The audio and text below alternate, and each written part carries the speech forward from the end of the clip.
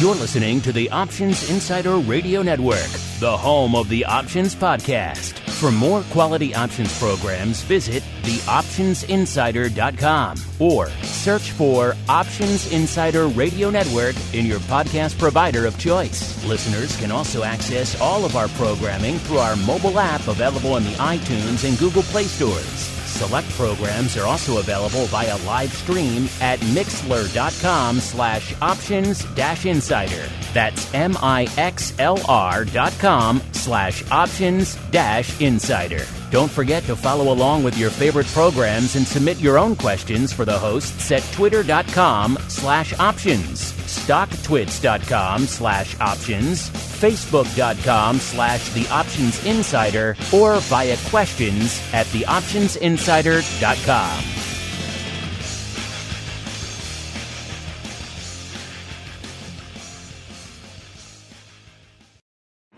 Bitcoin, Ether, Ripple, Litecoin, and more. Cryptocurrencies and other digital assets are taking the financial world by storm.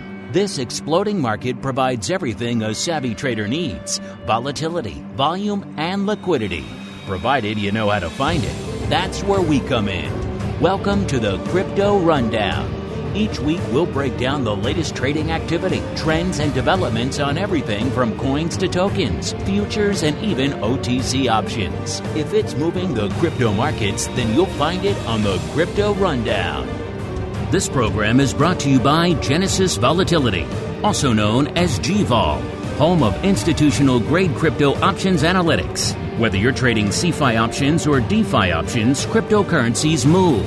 Use GVol Analytics to analyze implied volatility, model realized volatility, structure positions, and unlock alpha. For more information, visit gvol.io.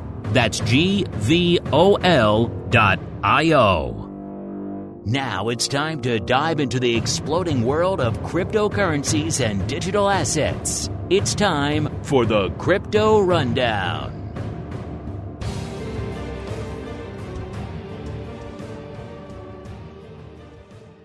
All right, everybody. That music means it is time once again for the Crypto Rundown, the program here on the Options Insider Radio Network, where we venture beyond the boundaries of the traditional world of your Apple and your Tesla and your VIX and your SPY options, and we look a little bit further afield. See what's going on over there in them our crypto hills. My name is Mark Longo from theoptionsinsider.com, as well as, of course, from the ever-exciting aforementioned network. Remember, if you folks want to get at us live, especially if you have an awesome pro Q&A session coming at you tomorrow with really a well-known name in the option space, the original market wizard for the option space, the only options trader featured in that original Market Wizards book. You folks know what I'm talking about. Get at him over there on our pro Q&A session tomorrow. The place you guys can do that and get access to all the other great exclusive pro content we do over here. theoptionsinsider.com/pro is the place to go to learn more. And of course, however you get at us live after the fact, make sure you keep those questions and comments coming. We do have to hear from all of you guys and gals out there. And let's see who we're hearing from on the old program today. I'm pleased to be joined once again in the old crypto hot seat by Mr. Eric KOVALAK, the managing partner over there at VELLUM Capital. Eric, welcome back to the Crypto Rundown program. Hey, Mark. Thanks. Good to be with you. And Eric, you have good timing. You tend to come on the show whenever there are things happening. So maybe we need to just book you like clockwork, because whenever you come on, something fun pops off in the market, sir. Yes, it's the old adage. They love you. They think you're a genius when your fund goes up, and you're an idiot when it goes down. Timing is everything, right? And the timing here is good. So let's get to it. A lot to unpack. It is time for the Bitcoin breakdown. It's time to explore the latest trending activity, trends, and developments across the world's leading crypto market. It's time for the Bitcoin Breakdown. All right, everybody, let's get to it. It is time to break down the world's leading digital asset. Yep, I'm talking about the big dog, Bitcoin, a little bit bigger than it was even on our last show. On our last show, we had a nice rally. We were trading right around 57,500 at the end of the show there. But we are a wee bit north of that today. Coming into the start of the show, we are a little bit north, just a tick north of the 62,000 level. So yes, listeners, we broke through 60K and kept on rallying all the way up to 62, almost 63,000 out there in the big dog Bitcoin. It puts us up about 4,500 handles from where we were this time last week. Of course, had quite the range. You got down to about 54,000 as well. It's talking over 8,000 point range just in the course of the past week. So a lot to unpack there. But, actually, we have the big dog, the elephant in the room. We'll get to that in a second. But first, Eric, it's been a little bit since you joined us. It was back in mid-July, kind of the doldrums of the crypto world back there in July when there wasn't a ton of volume hitting the tape, wasn't a ton going on out there. Obviously, a lot has changed since then, not the least of which the price action. So let's start there. What are your thoughts on this rampant move to the upside we've seen, particularly over the last few weeks out there in Bitcoin, sir? Yep, sure. So in July, we had just experienced this pretty nasty sell-off in April and May and late spring. The number of different reasons that happened, but they were all kind of looking for some stability in the market and looking for the middle part of the market to catch some interest.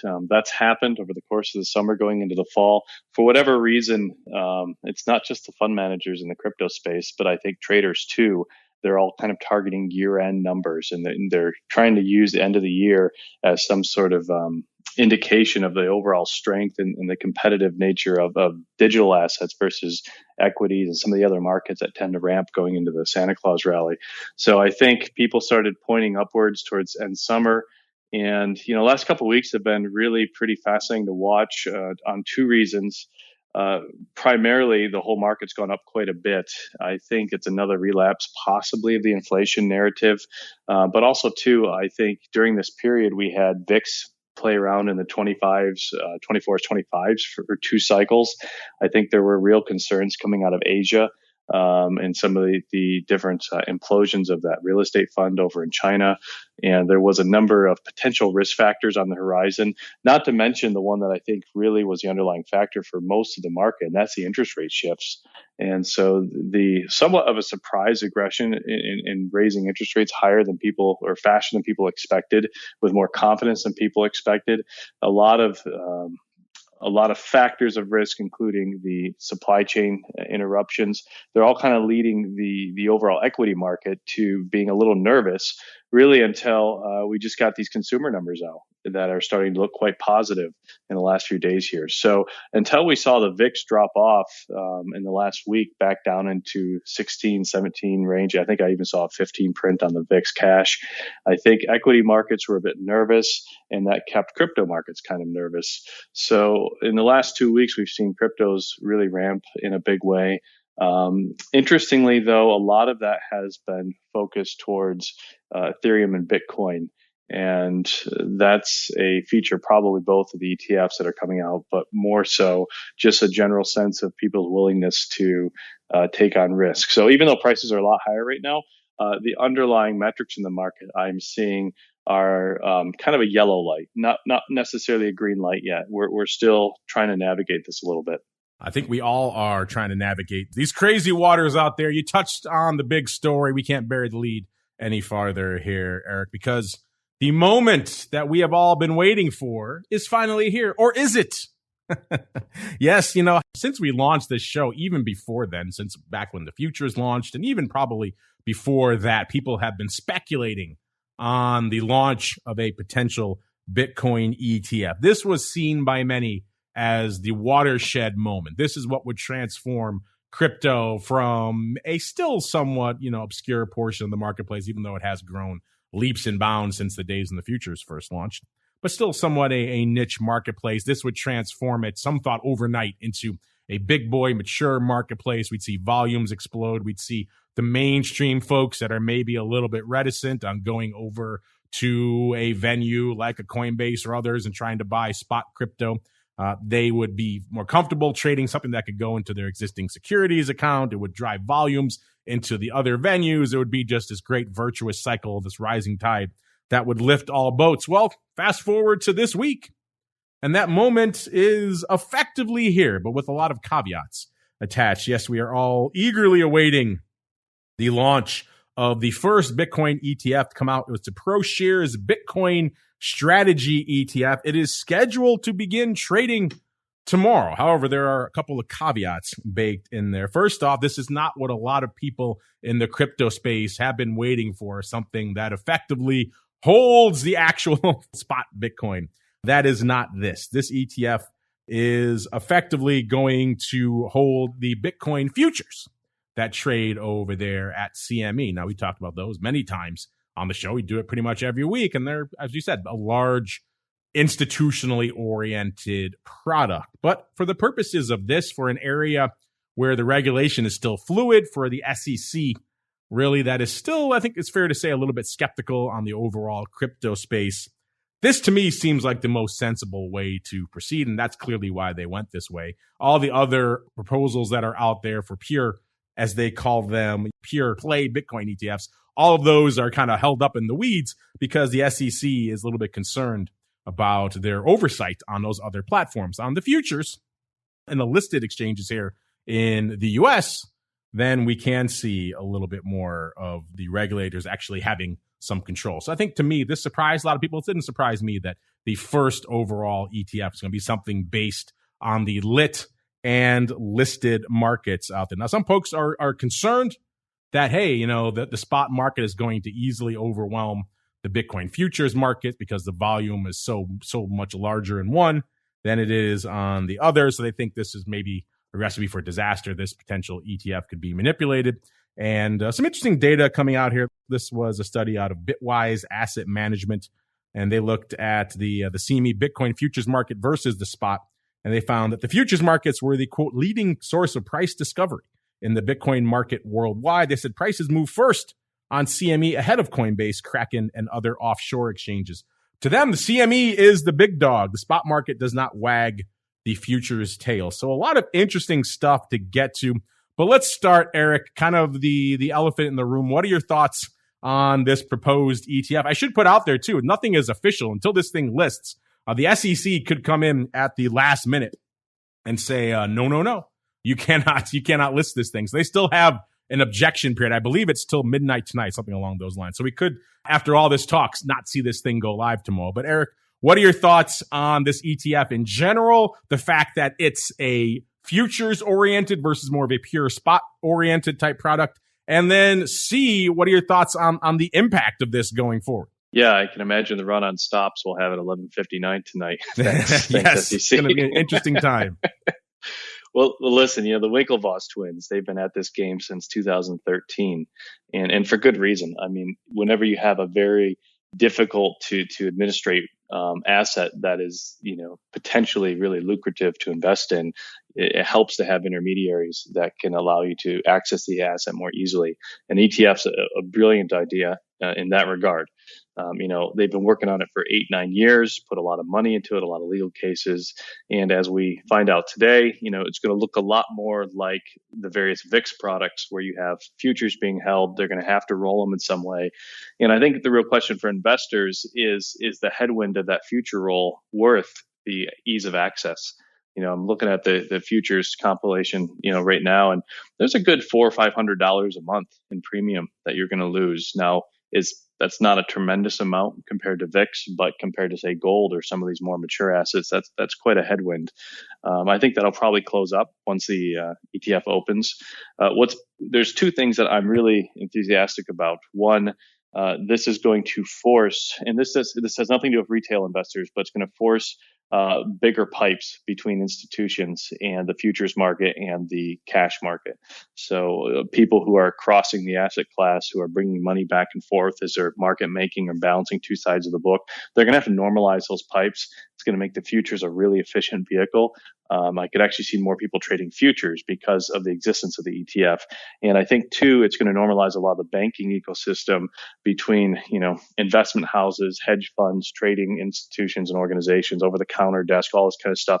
It's just going to be one more part of the spider web that makes it a stronger overall ecosystem. And that's going to be good. And I think, it gives regulators a chance to view that, see it as a responsible way of having trade and commerce, and it will lessen the burden of further regulation and allow more people to participate in the market. So that's good. For investors, is it a suitable alternative? Well, I mean, it does provide some solutions for advisors to easily access direct currencies. I'm not so sure that a lot of advisors are necessarily being asked to invest directly in Bitcoin or necessarily just Bitcoin. I'm hearing from a lot of advisors that their clients are saying, hey, I want to participate in this cryptocurrency thing, or a basket, or different ways of having the asset class that's actively managed to try to ameliorate some of the risk. I think having a product where that you're going to lose, I don't know, as much as 10% a year in premium burn isn't necessarily a great way. I think the asset growth is going to overcome that, so you'll still be out net ahead, but 5 years of that and you've given up quite a number. So that's something for investors to consider. Yeah, there's a lot to unpack about this. By the way, listeners, if you're listening live or maybe immediately, actually, this will probably be dead by the time the show's over, but it's a flash poll, quick flash poll for you folks over there now at Options is the place to play along.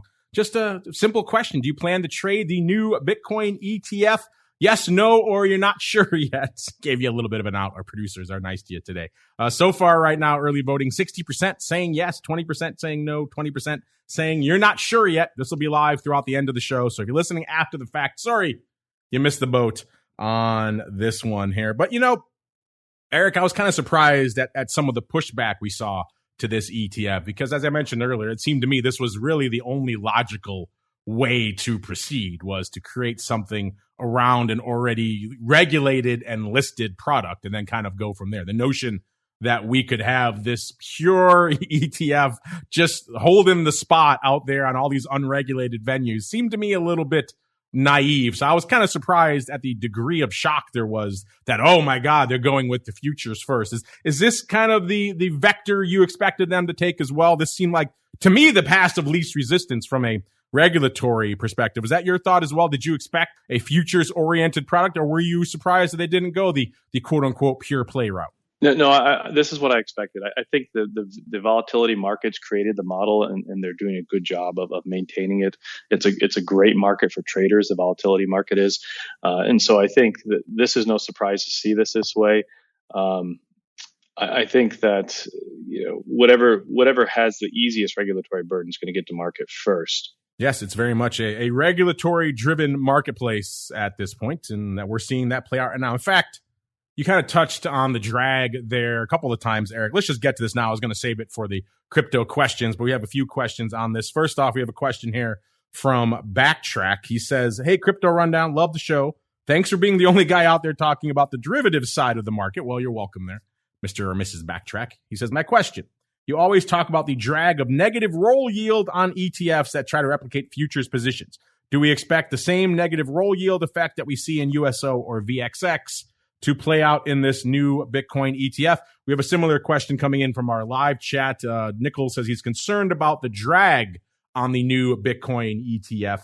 Should he be? Really quickly, Eric, we have some people come to this show all the time who are not as versed in the world of derivatives. So maybe really quickly, let's start at the top.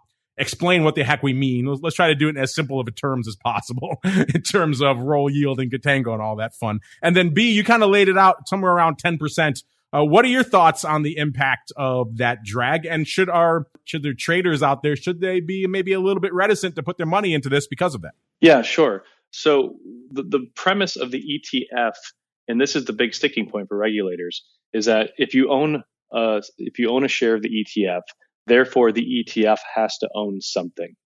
And right now, regulators aren't certain that Bitcoin is actually a thing. They're not sure you can actually own it, so to speak. And I know that may sound silly or not, but in terms of all the regulations that have been built since 1930 that help organize our financial markets, our traditional financial markets, the cryptocurrency digital asset class still doesn't necessarily have legal standing. And without going into all that complexity, if the ETF is going to own something, it has to be able to account for its value and do the accounting on it. So instead of owning Bitcoin specifically, it's going to own futures. Well, the way futures work is that if you want to own the rights to something today that gets delivered 30 days in advance from now, and you want to lock in those rights, there's a bit of interest carry on that right. There's a bit of premium, so to speak. And that accounts for many things, from time value of money to the volatility in the market, to the availability of the asset, to the cost of delivery. Some of these are very insignificant when it comes to something that's a cash product like Bitcoin, but if it were oil, those would all be part of the cost for premium. And as the ETF buys a future, that future slowly every single day marches closer to expiration when that delivery becomes due. So the ETF has to roll that future ahead in time. And what it ends up doing is owning an average of futures. So let's say it has an average 30-day future. That means when the future gets 15 days to expiration, it rolls it ahead to the 45-day. Then it holds it to 15, then it rolls it ahead to 45 days. And they'll be doing this every single day. But the problem for long-term investors is it means that they are constantly buying futures with more premium than they're selling them for. And that says nothing about the fluctuations in the spot price of the market, but what it means is that they're paying in just a little bit of premium every single day for the right to own the potential for delivery on something at some point in the future. Those future prices are added up at the end of the day, they're settled, and that's what creates the ETF and its price to market. It allows regulators to point to the ETF, and if the ETF ever had a collapse or some sort of a breakdown, they could say, okay, whatever you owned now has to be divided up amongst the shareholders and distributed to them. Well, it owns futures, and that's how it will understand its value. They can't decide if owning Bitcoin or Ethereum or any of these other digital assets is a real thing and how they would actually take control of those assets. So it's a major problem. That's why they're using the futures market. For investors, they have to decide, if I'm going long something, is that current premium roll worth the potential upside in that underlying asset in the ETF? Now, it's not always necessarily a negative premium roll. Sometimes it can go into backwardation, or when there's instances where people believe that the future prices in that asset are going to be lower than today's prices, and you'll actually get paid a slight bit to own the asset. Options traders remember the once very popular product XIV, which was paid every single month to own or to sell short volatility premium. So there could be instances, and we've seen these a few times in the Bitcoin and the crypto markets, where for whatever reason, the forward month future was priced above the 60 or 90 or 120 day. And that's just a function of the structure of the market, of expectations, volatility, risk, all these kind of factors. But the normative position of futures markets is contango, where you do pay that premium.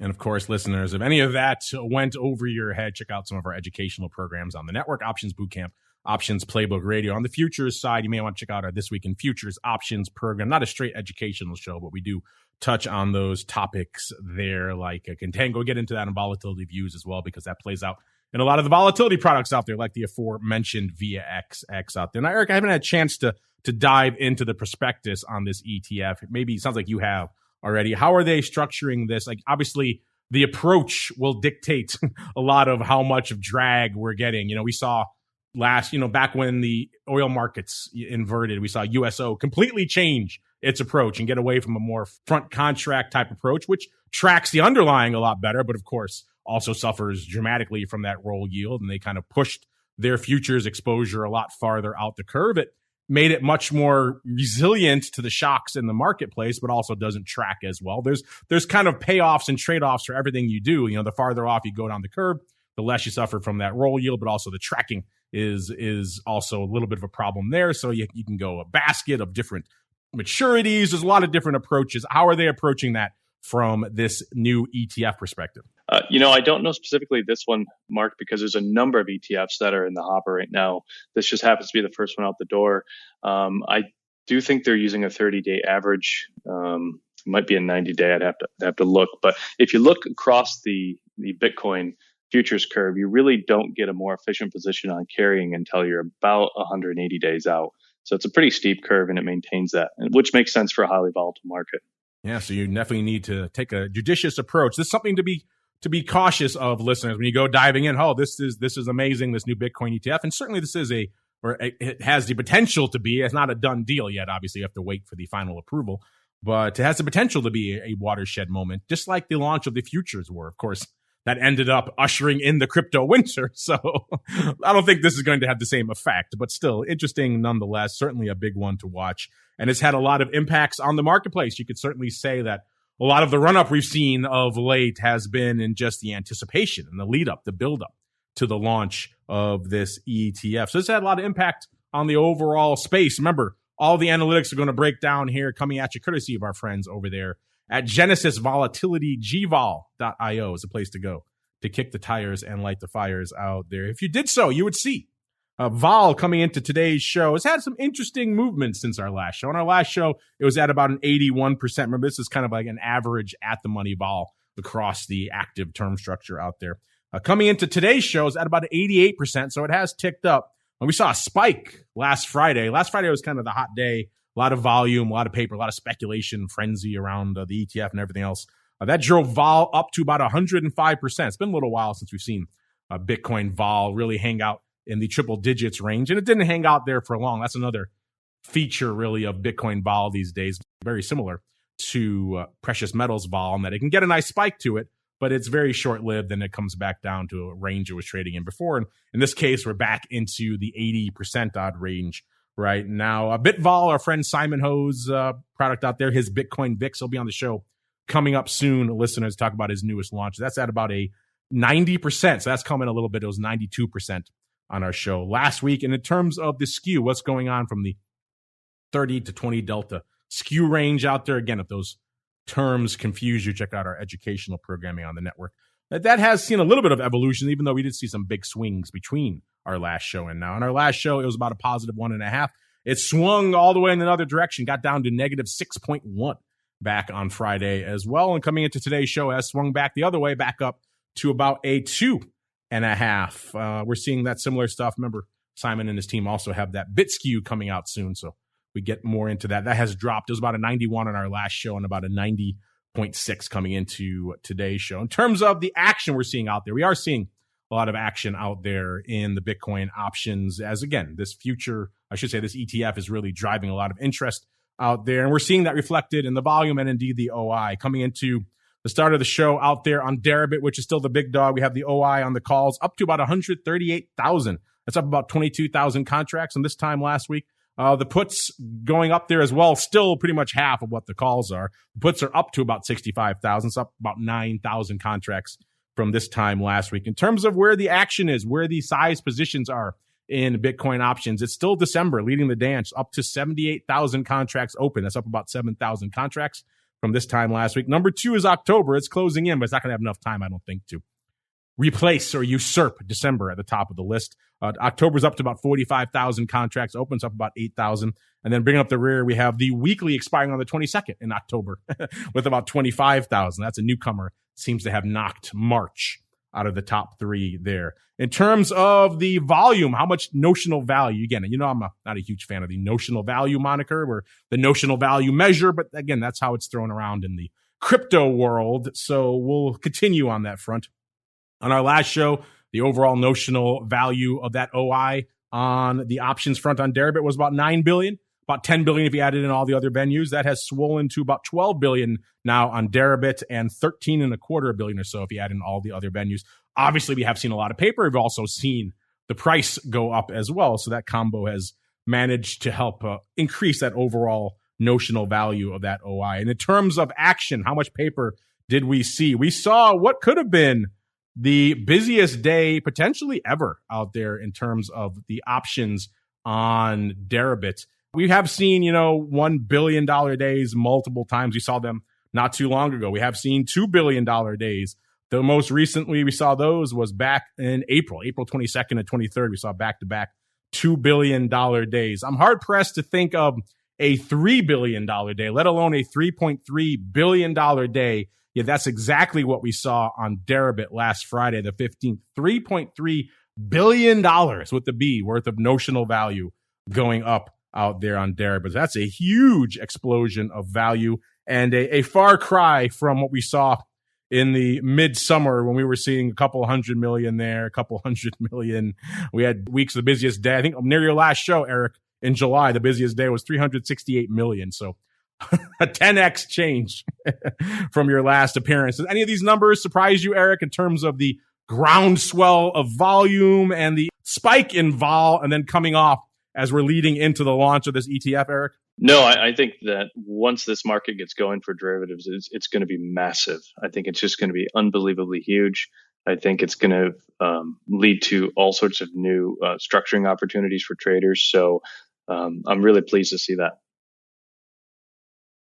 Well, we're obviously big fans of the crypto derivatives here as well. So hopefully this ETF will kick off a entirely new wave of trading in these products. Speaking of trading, let's look at the options, see what the size positions are from a strike perspective. What are the big open positions right now in Bitcoin options over there on Deribit? And as you said, we've rallied through the 60,000 strike since our last show.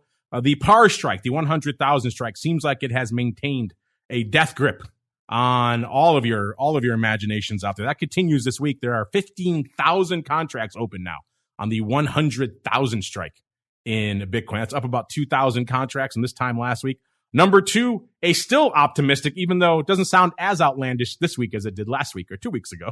The 70,000 strike, number two, with 14,000 contracts open. It's up about 3,000 from this time last week. Number three, the 60K strike, the now at the money 60K strike with about 12,000 contracts, opens up about 2,000 from last week. Number four, the 80,000 strike. So we're kind of splitting the difference between 60 and 100,000 there, with 10,000 contracts open, up nearly 1,000 from this time last week. And number five, a newcomer to our top five. If 100K wasn't enough for you, didn't get your blood pumping enough, listeners, how about 120,000? That is the number five size open position in Bitcoin options right now, with 9,200 contracts open on that strike. So folks are looking at naught but upside when it comes to the crypto options, even though, like I said, that's just OI. Obviously, there's a lot of selling activity on those as well. You go to venues like LedgerX and others, a lot of covered calls going up on these strikes, and they're certainly hard to argue with those trades. There's a lot of juice in those strikes. We were talking earlier about this new ETF that's going to obviously trade on the Bitcoin futures at CME. That has obviously driven a lot of interest in all things CME crypto right now. We saw pretty much the biggest day ever for the options on Friday, nearly 200 contracts. Again, doesn't sound like a lot, but again, it's a 5X contract. So you're talking pure Bitcoin exposure perspective, 1,000 coins, quote unquote, up on that. The OI also growing up a couple hundred contracts to nearly 1,200. That's a lot for those products that have kind of struggled to find their footing. The futures also getting a nice uptick out there. They put up about 14,000 contracts on Friday on this big action-packed day. The OI is also increased to about 11,600. Some venues like CoinDesk and other looking at the notional value of that OI are saying that CME is at a record level of OI. They look at it about 3.64 billion. I'm not sure this is just the futures, because they also talk about number of outstanding contracts at CME being 56,400 contracts. I think obviously they're adding in, everything there across the board, because we talked about the OI. The futures is a lot less than that. The OI is up not even 12,000 out there, but still we're looking at or near all-time highs for a lot of the different levels out there from an OI perspective at CME. They also broke down there the spread between the front month future and the spot has jumped quite a bit over the last few months. It was about 1% premium annualized. That's over 16%. That has followed along, obviously, with the rally. That gets back to what Eric was talking about earlier about the drag going on out there. It'll be interesting to see how all this plays out when and if the ETF does launch and how that impacts these spreads going forward. And also for a lot of you out there who are watching the micro products, those continue to grow as well. The OI is up to nearly 60,000 on the micro Bitcoin front. That's a big swing. That's up about 12,000 from this time last week. They did nearly 30,000 contracts on Friday. So a pretty active day across the board on all things CME out there. Eric, has this, I know when we talked in the past, you weren't a huge watcher of the CME products. Has this new impending launch of this ETF, has this maybe caused you to pay more attention to the futures and everything going on over there at CME from a crypto perspective? Yeah, well, I am going to be watching very closely for the near term, because the ETF announcement certainly has been so far to buy the rumor, sell the news. And so we'll be looking at things such as that front month premium. You could get some really unusual feedback loops going in the first a couple months of this product. For example, if the product turns out to be popular and it has to buy futures in mass, is that going to force the premiums up, which is actually bad for the product, but it makes the premiums go higher and the volumes go higher on the futures. So you could get some really weird feedback loops that will exist for a short period of time. Probably going to be some trading opportunities in that mix. We'll just wait and see. We'll follow the volumes of the ETF pretty closely to the change in volumes of the futures. That's the big question. How will this ETF, if it is approved and launched, how will that impact the futures? Obviously, it will drive a lot of paper. How that will materialize is the big question. As we keep on rolling, it is time to explore the altcoin universe. It's time to move beyond Bitcoin and find out what's moving the rest of the crypto marketplace. It's time to boldly venture into the altcoin universe. All right, listeners, welcome to the altcoin universe. It's not all Bitcoin on the show this week. It's just mostly Bitcoin. And we are going to touch on it again here as we break down the top 10 here. Kind of hard to escape the big dog out there. Let's look at a quick top 10 over there from a market cap perspective. Number 10, USD coin at about 32, almost 33 billion worth of market cap. Number 9, good old Doge.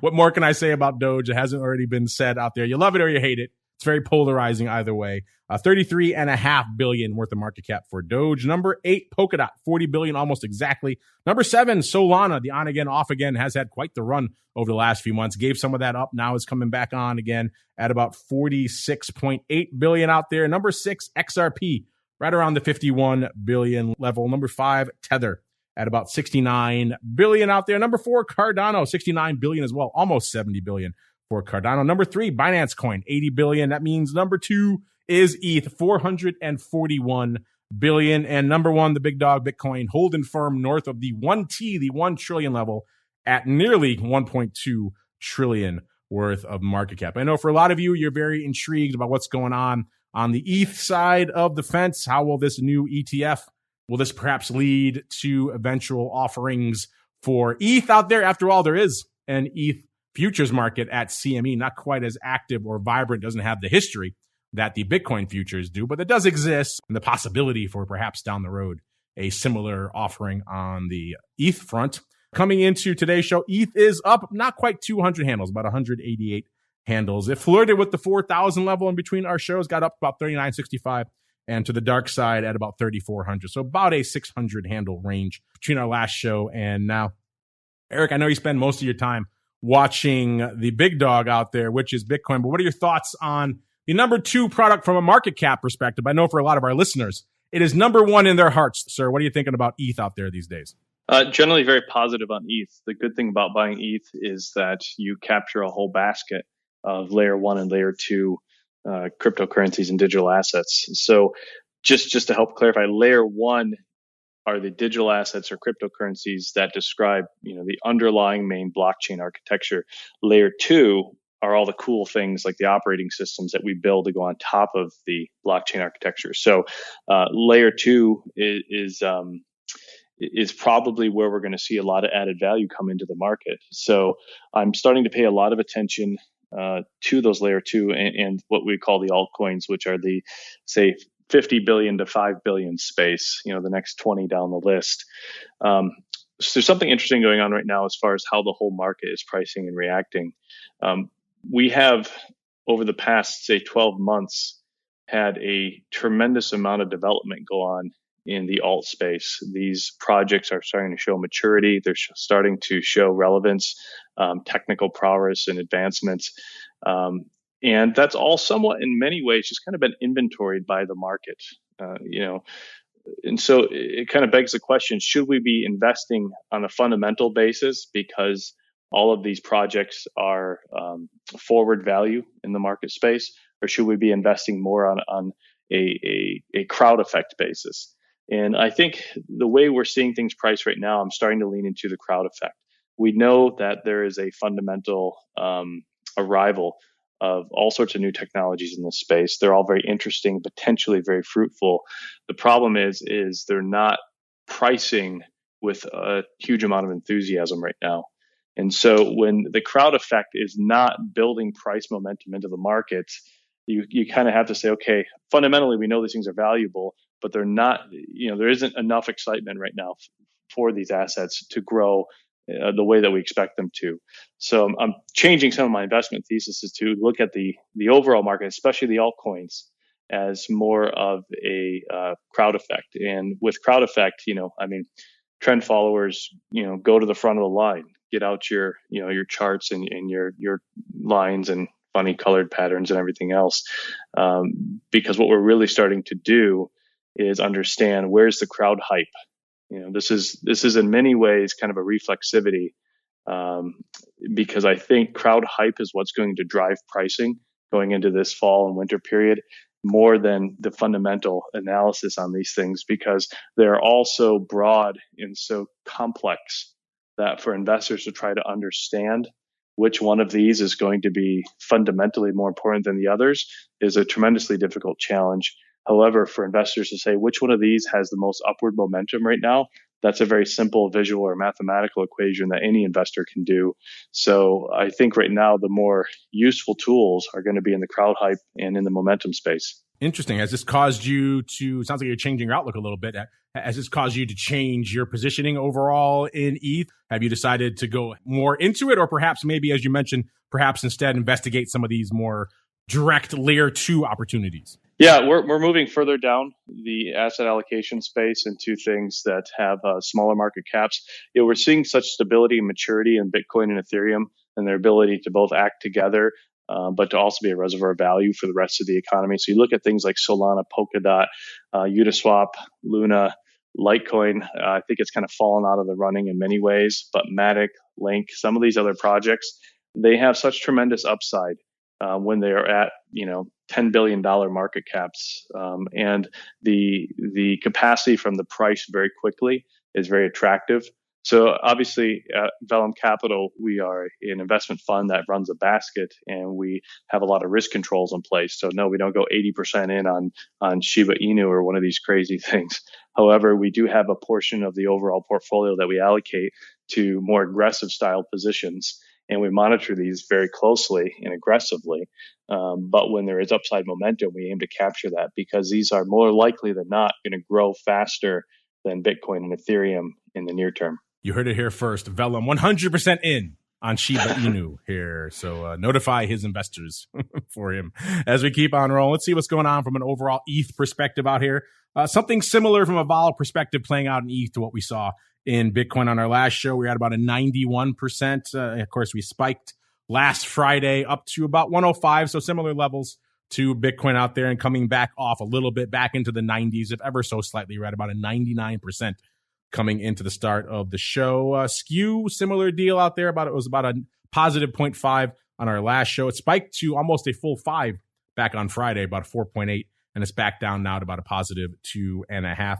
OI continuing to grow out there in ETH options. Nearly 1,916,000 contracts open on the call front out there. That's up 80,000 from this time last week. The puts, again, similar deal to Bitcoin. Roughly 2-to-1 calls over puts out there in ETH as well. The puts at exactly 400K right now. It's up about 32,000 contracts from this past week. In terms of the notional value, again, similar story to Bitcoin, up a bit. It was $4 billion on Deribit last week. This week, coming into today's show, is at about $5 billion.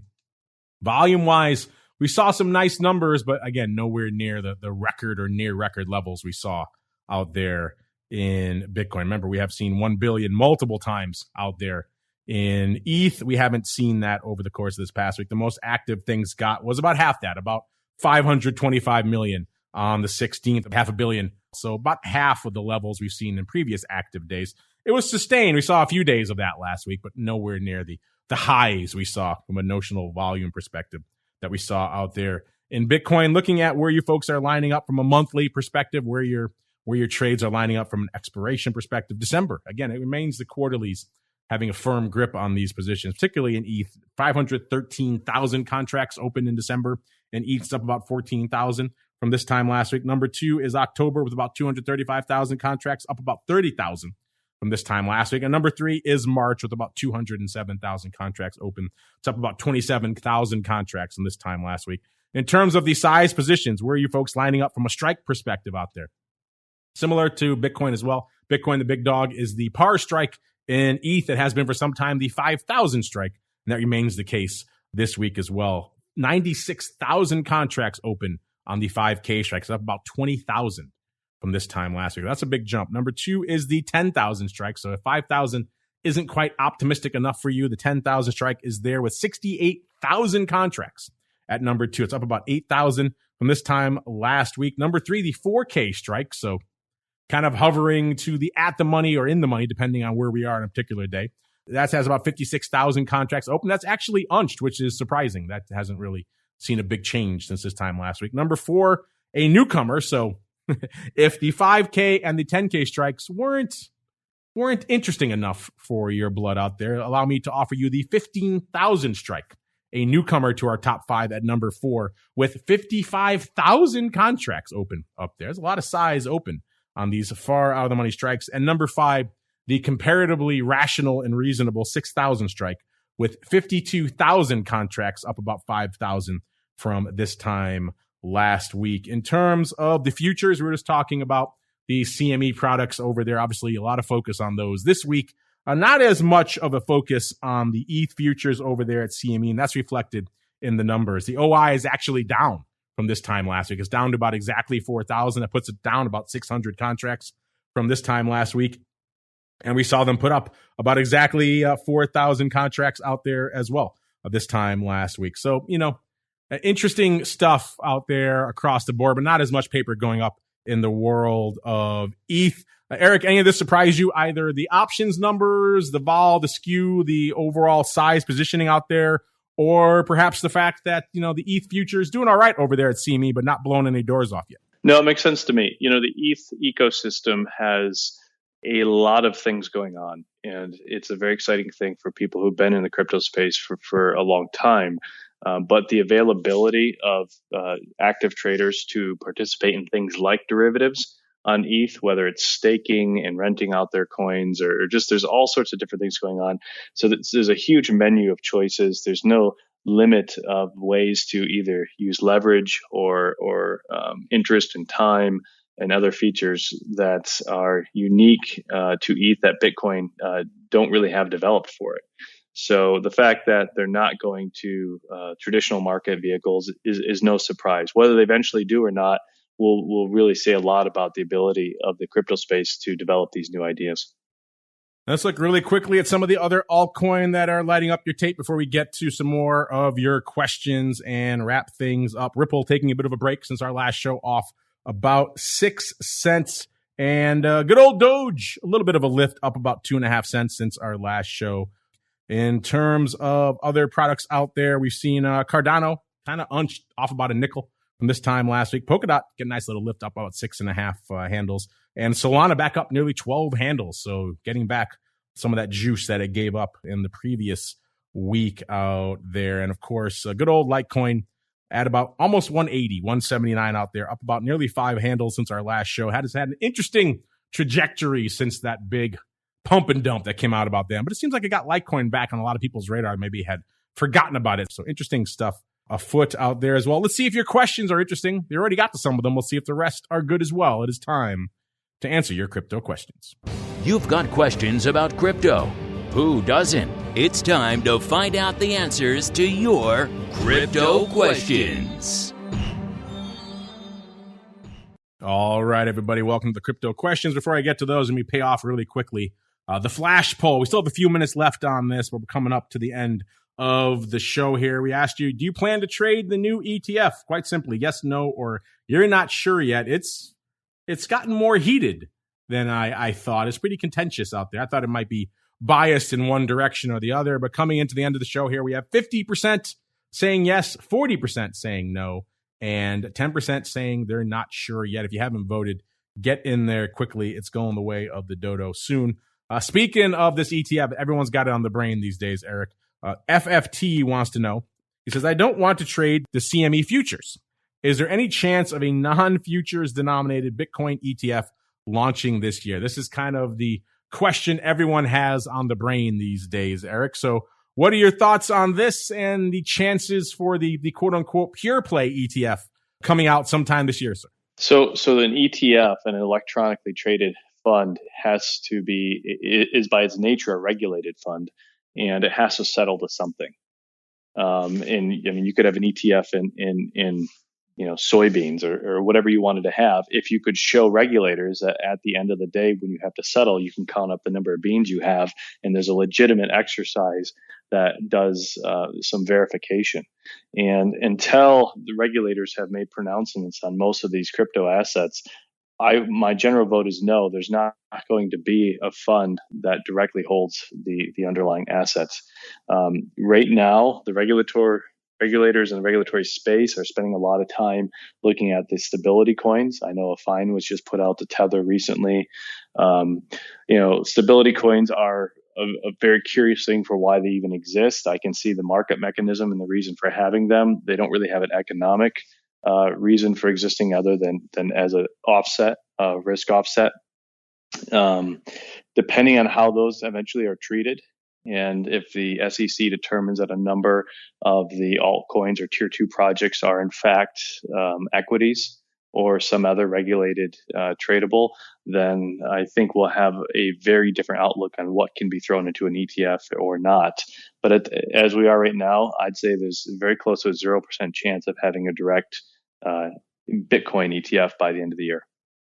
Yeah, unfortunately, I have to agree. There's a reason why the futures ETF went first, and it seems like it has the at least implied approval of the SEC. We'll see for sure later on tonight, because these are regulated products that they have some say over. CME's been around forever. They're not going anywhere anytime soon. They're right down the street here. You can go talk to them and find them here in the U.S. if you need to. There's a lot of reasons why a lit and listed product would pave the way for the first Bitcoin ETF. It's going to be a while until I think the SEC, as you mentioned, Eric, has enough insight and enough perhaps oversight into some of these other venues and the other volume going up where they feel comfortable approving a quote unquote pure play ETF. So that's what you're holding out hope for. It's probably going to be a little while longer. In the meantime, we got the futures one. At least we think we do. We'll see tomorrow, and we'll know for sure by the time that our next show rolls around next week. All right, everybody, that music means we've come to the end of another epic journey. It was a fun one this week, a lot to talk about, including obviously the big dog out there, the impending launch of the Bitcoin ETF. You going to trade it?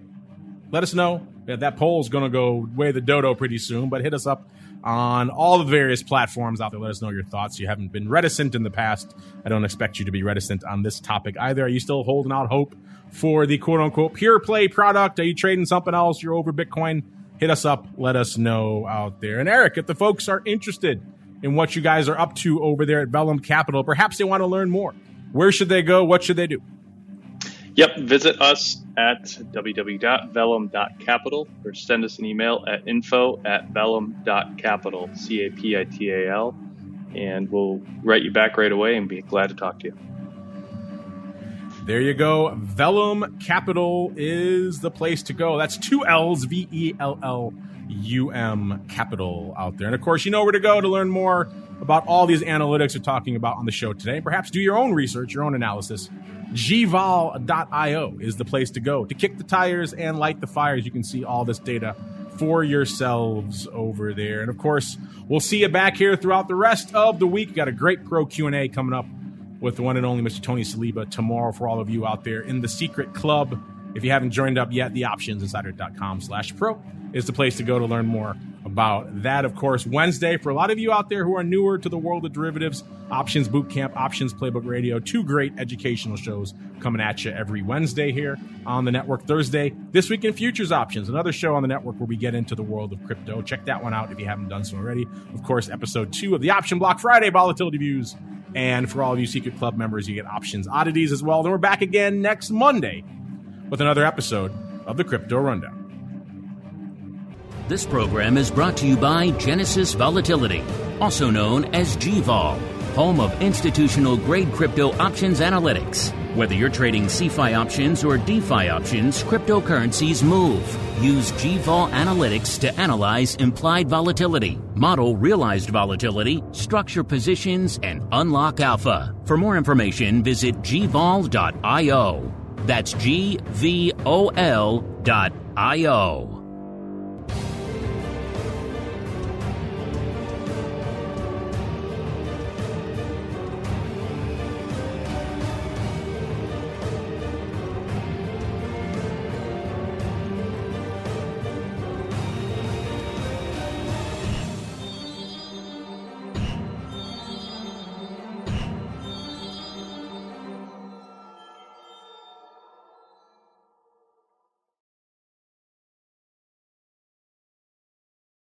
You're listening to the Options Insider Radio Network, the home of the Options Podcast. For more quality options programs, visit theoptionsinsider.com or search for Options Insider Radio Network in your podcast provider of choice. Listeners can also access all of our programming through our mobile app available in the iTunes and Google Play stores. Select programs are also available via live stream at mixlr.com/options-insider. That's mixlr.com/options-insider. Don't forget to follow along with your favorite programs and submit your own questions for the hosts at twitter.com/options, stocktwits.com/options, facebook.com/theoptionsinsider, or via questions@theoptionsinsider.com.